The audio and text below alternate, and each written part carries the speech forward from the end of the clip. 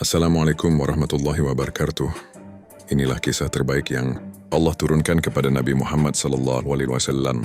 Kisah tentang seorang pemuda tampan bernama Yusuf, anak Nabi Yakub, cucu Nabi Ishak, cicit Nabi Ibrahim alaihissalam. Dikisahkan, Nabi Yusuf bermimpi melihat 11 bintang, matahari, dan bulan sujud kepadanya. Ia menceritakan mimpi itu kepada ayahnya. Nabi Yakub menatap anak kesayangannya itu dengan haru lalu berkata, "Wahai anakku, janganlah engkau ceritakan mimpimu kepada saudara-saudaramu. Nanti mereka akan membuat makar terhadapmu. Sesungguhnya setan itu musuh yang nyata bagi manusia." QS Yusuf 5. Ayahnya sudah merasakan bahwa cinta yang berlebihan kepadanya akan menimbulkan api iri hati di antara saudara-saudaranya. Ketampanan Yusuf, kelembutan budi, dan kasih sayang ayahnya menjadikan saudara-saudaranya buta oleh cemburu. Mereka berbisik-bisik di malam hari merencanakan sesuatu yang keji. Bunuhlah Yusuf atau buanglah dia ke suatu tempat yang jauh, agar perhatian ayah hanya tertuju pada kita. Kamda QS Yusuf 9. Namun salah seorang dari mereka berkata, "Jangan bunuh Yusuf, tapi buanglah dia ke dalam sumur, agar nanti ia dipungut oleh kafilah dagang." QS Yusuf 10. Yusuf dibuang ke dalam sumur. Pagi itu mereka berpura-pura meminta izin membawa Yusuf bermain. Yakub dengan berat hati mengizinkan. Setelah mereka bersumpah akan menjaganya, namun saat jauh dari pandangan ayah, mereka menyeret Yusuf kecil dan melemparkannya ke dalam sumur tua. Air mata Yusuf jatuh ke air sumur. Gelap, sunyi, hanya doa yang keluar dari bibir sucinya. "Ya Allah, Engkaulah pelindungku di dunia dan akhirat. Lindungilah aku dari kejahatan mereka." Malamnya mereka kembali dengan baju Yusuf yang dilumuri darah palsu. Nabi Yakub menangis sejadi-jadinya. "Sungguh hatiku penuh duka. Tetapi kesabaran yang baik semoga Allah menolong atas apa yang mereka perbuat." QS Yusuf dapat sebuah kafilah lewat. Mereka menurunkan timba dan terkejut menemukan seorang anak tampan di dalam sumur. "Oh, ini rezeki kita," seru mereka. Mereka menjual Yusuf di pasar Mesir dengan harga yang murah, seolah ia tidak berharga. Namun Allah telah menulis takdir besar untuknya. Yusuf dibeli oleh Al-Aziz, seorang pejabat tinggi Mesir. Istrinya Zulaikha mengasuh Yusuf seperti anak sendiri. Ketika Yusuf beranjak dewasa, Allah anugerahkan ketampanan luar biasa dan hikmah kenabian. Zulaikha tergoda oleh pesona Yusuf. Di saat rumah kosong, ia menutup semua pintu dan berkata lembut, "Marilah kemari, wahai Yusuf." Namun Yusuf menjawab, "Aku berlindung kepada Allah.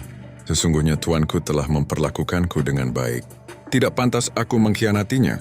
QS Yusuf 23. Yusuf berlari menuju pintu, tapi bajunya terkoyak dari belakang. Tiba-tiba suaminya datang. Zulaikha memutarbalikkan cerita menuduh Yusuf yang menggoda. Namun seorang saksi dari keluarga berkata, "Jika bajunya koyak di depan, maka dialah yang bersalah.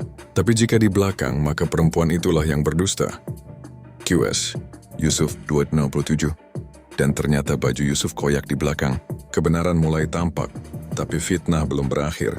Meski tak bersalah, Zulaikha menekan suaminya agar Yusuf dipenjara demi menjaga kehormatan mereka. Di penjara Yusuf tetap sabar. Ia berdakwah kepada 2 narapidana. Sesungguhnya hukum itu hanyalah milik Allah. Tidak ada Tuhan selain Dia. Dialah yang memberi rezeki, menghidupkan dan mematikan. QS Yusuf 40. Yusuf menafsirkan mimpi kedua narapidana dengan benar. Salah satunya akhirnya bebas dan bekerja di istana raja. Dikeluarkan dari penjara dan menjadi penguasa Mesir. Suatu malam Raja Mesir bermimpi melihat 7 sapi gemuk dimakan 7 sapi kurus dan 7 bulir gandum hijau serta 7 yang kering. Tak ada seorang pun yang bisa menafsirkan mimpi itu.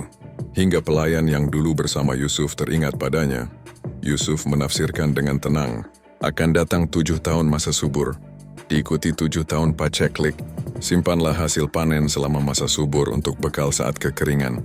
Quran Yusuf Datan Pojodin 49. Raja terpesona dan membebaskan Yusuf, bahkan mengangkatnya menjadi bendahara negeri Mesir. Saudara-saudara Yusuf datang ke Mesir untuk meminta bantuan pangan. Tanpa mengenali Yusuf, Yusuf memberi mereka gandum dengan penuh kasih, lalu menahan adiknya Bunyamin agar tetap bersamanya.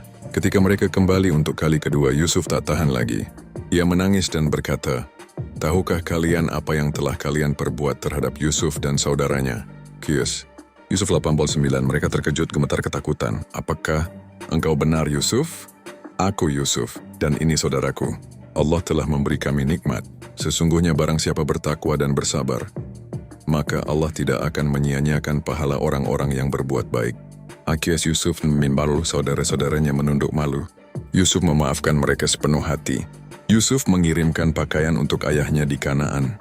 Begitu pakaian itu tiba, Yakub mencium bau Yusuf dan berkata, "Sungguh aku mencium aroma Yusuf, seandainya kalian tidak menganggapku lemah."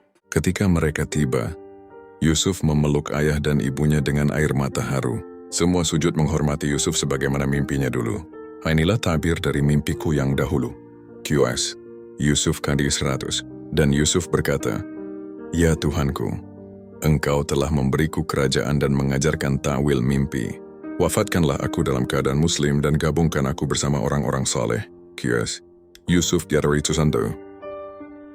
Inilah kisah paling indah, kisah tentang pengkhianatan yang dibalas dengan maaf, tentang kesabaran yang berbuah kemuliaan. Sesungguhnya Allah tak pernah meninggalkan hamba yang sabar dan bertakwa. Iri hati menghancurkan cinta persaudaraan. Fitnah bisa menjatuhkan orang mulia, tapi kesabaran akan mengangkatnya lebih tinggi. Allah tak pernah menzalimi hambanya yang sabar dan ikhlas.